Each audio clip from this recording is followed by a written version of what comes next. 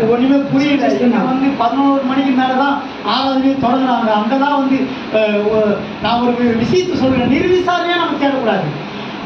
விசாகப்பட்டினம் கன்வென்ஷனுக்கு போனேன். பாத்ரூம் கூட எழுச்சி போக மாட்டாங்க. 9 மணிக்கு 9 மணிக்கு ஆராதனைனாக்கா கரெக்டா 8:45 வராங்க. ஆந்திரா విశాఖపట్నం 9 గంటలకు ఆరాధన అంటే 8:30కే వచ్చి కూర్చుంటున్నారు.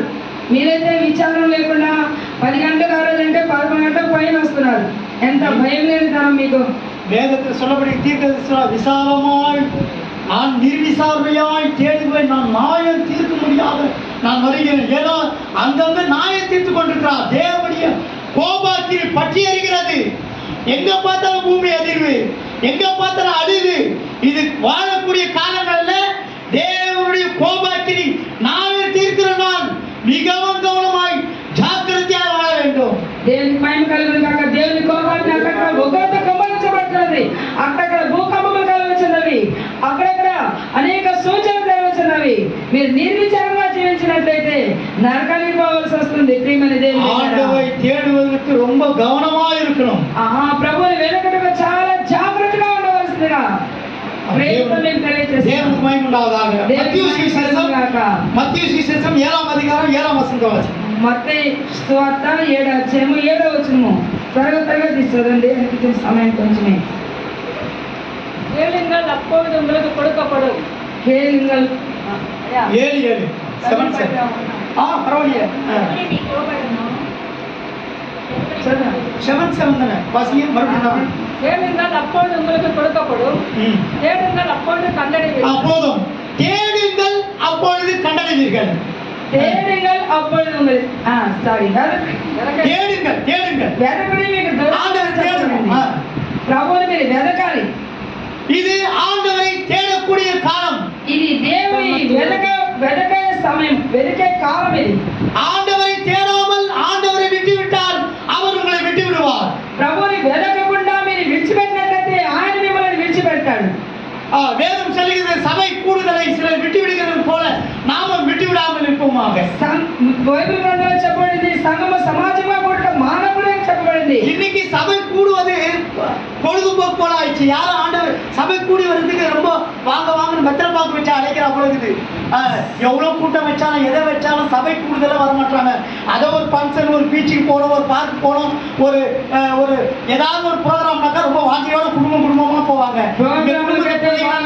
குட்டிக்கு 1-2 தான் வந்து உட்காந்துக்கணும். ఇప్పుడు ప్రోగ్రామ్ కదా బీచ్ కానీ లేకపోతే ఇంకా ఫంక్షన్ లేకపోతే ఎక్కడైనా తిరగొద్దామంటే చాలా కుటుంబాలుగా జల్సాగా వస్తారు. కానీ దేవుని అంటే அந்த வசனத்தில் சொல்லப்பட்டிருக்கு நாளானது எவ்வளவு சமீபித்திருக்கிறதோ அவ்வளவாய் புத்தி சொல்ல கடவுள்.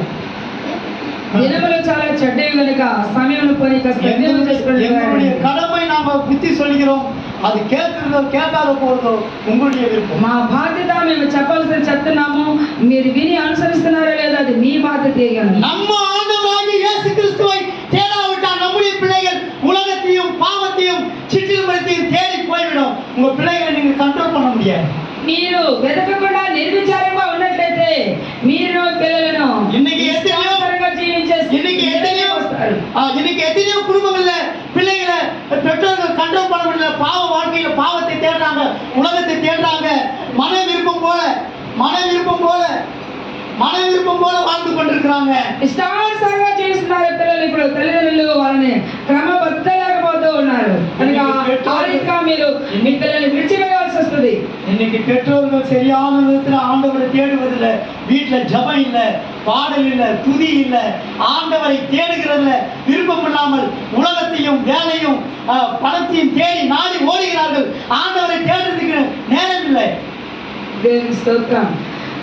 మరి అందరు డబ్బును రకరకాలుగా ఆశిస్తూ దానికి సమయాన్ని ఎంతెంతో వెచ్చిస్తున్నారు. కానీ దేవుని వెతకడానికి మాత్రం సమయాన్ని వెచ్చించడం లేదు. ఇష్టానుసారంగా జీవించడానికి నిర్విచారంగా ఉంటూ ఉన్నారని ఆశీర్వాదం సెలవిస్తున్నారు. దేవునికి స్తోత్రం.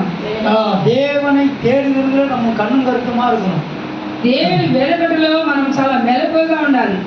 உண்மையுள்ள மனுஷன் பரிபூர்ண ஆசீர்வாதத்தை பெறுவான். யதார்த்தவந்தலு நீங்க உண்மையாய் ஆண்டவரை தேடுவதில் உண்மையாய் இருந்தால் நிச்சயம் பரிபூர்ண ஆசீர்வாதத்தை பெறுவோம். నీ నిజంగా యథార్థంగా ప్రభువుని సేవించినట్లయితే పరిపూర్ణ సంతోషాన్ని పరిపూర్ణ ఆనందాన్ని మీరు అనుభవిస్తారు. தேவனுக்கு மகிமை உண்டாவதாக. దేవునికి మహిమ ஒரே కలుగును ஒரு గాక. வசனத்தை சொல்லிட்டு நான் முடிச்சேன். ఇంకొక వచనం చెప్పేసి నేను ముగిస్తాను. வாசிங்க யோவான் சுவிசேஷம் 6ஆம் அதிகாரம் 37ஆம் வசனம். యోహాను 6:37 వచనం. యోహాను సువార్త 6వ అధ్యాయం 6ஆம் அதிகாரம் 37. தமிழ்லயே வாசி. வாசி. பிதாவானவர் எனக்கு கொடுக்கிற யாவும் என்னிடத்தில் வரும். என்னிடத்தில் வருகிறவனை நான் புறம்பே தள்ளுவதில்லை. அல்லேலூயா. ஆண்டவரை தேடி வருகிறவரை அவர் ஒருபோதும் புறம்பே தள்ளுவதில்லை. ప్రభువును వెతికి వచ్చేవారిని ఆయన ఎంత మాత్రమే త్రోసివేయడు. அங்க என்னிடத்துல வருகிறவரை நான் புறம்பே தள்ளுவதில்லை, தள்ள மாட்டேன். నా ఎద్దకు వచ్చేవారిని ఎంత మాత్రమే త్రోసివేయను అంటున్నాడు ప్రభు. நம்ம பொழுதுபோக்காக நம்ம ஆலயத்துக்கு வரல, మనలో సమయాన్ని వెచ్చించడానికి దేవుని సన్నిధికి రావడానికి వస్తూ ఉన్నాం. நீங்க எந்த நிலைமையில மனவேதனையோட துக்கத்தோட கஷ்டத்தோட என்னை விசாரிக்க யாருமே இல்லையே, உன் நிலைமை நிர்பந்தமான நிலைமையில இருக்கலாம், நீ மன அழுத்தத்தோட அழுத்தத்தோட இருக்கலாம். ஆனால் அந்த நிலைமையோடு நீ தேடி வரும்பொழுது அவர் உன்னை புறம்பே தள்ள மாட்டார். உன்னை ஆற்றி தேற்றி அரவணைத்து உன்னை விசாரிக்கிறவராக இருக்கிறார். దేవునికి మహిమ కలుగును గాక. మీరు ఏ పరిస్థితిలో ఉన్నారో మీ హృదయంలో ఎరిగినటువంటి దేవుడు ఏ దుఃఖంతో, ఏ కష్టంతో, ఏ వ్యాధితో, ఏ సమస్యలతో దేవుని సన్నిధికి వచ్చినారో ప్రభు ఎద్దకు మీరు ఆసక్తితో వచ్చిన వారిని దేవుడు ఎంత మాత్రం త్రోసివేయక మీ యొక్క ఆచరణని నెరవేర్చడానికి ఆయన వచ్చి ఉన్నారు. அருமையான தேவனுடைய பிள்ளையே, இந்த சமுதாயத்தில் சொந்த பந்தங்கள் உறவுகளால் நீ தள்ளப்பட்டிருக்கலாம்.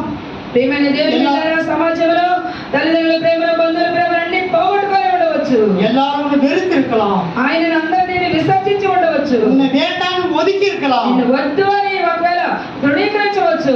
நீ இயேசுவை தேடி வந்தபடியோ దేవుని వెతికి వచ్చినందువలన உன்னை புறம்பே தள்ள ఎంత மாட்டார். మాత్రమే త్రోసివేయడు. அவர் உன்னை அரவணைத்து உலகத்தின் பரியந்தமும் சகல நாட்களிலும் உன்னோடு இருந்து உன்னை வழிநடத்த வல்லவராக. ఆయన నిన్ను ఆదరించి, ధైర్యపరిచి, పోషించి సదాకాలం నీతో ఉండి నడిపించే దేవుడుగా నీకు ఉన్నాడు. ஆகையினால் இந்த கடைசி நாட்களிலே மனிதனையோ உலகத்தையோ பொருளையோ அனித்தியமான அழிவுக்குரிய காரியங்களை தேடி போக வேண்டாம். இயேசுவை தேடி வாங்க கற்றுக்கொள்ளுங்கள். ఇష్టానుసారంగా డబ్బులు వెతికిపోయారంటే నశించిపోయి వాటిని వెతకకుండా ప్రభు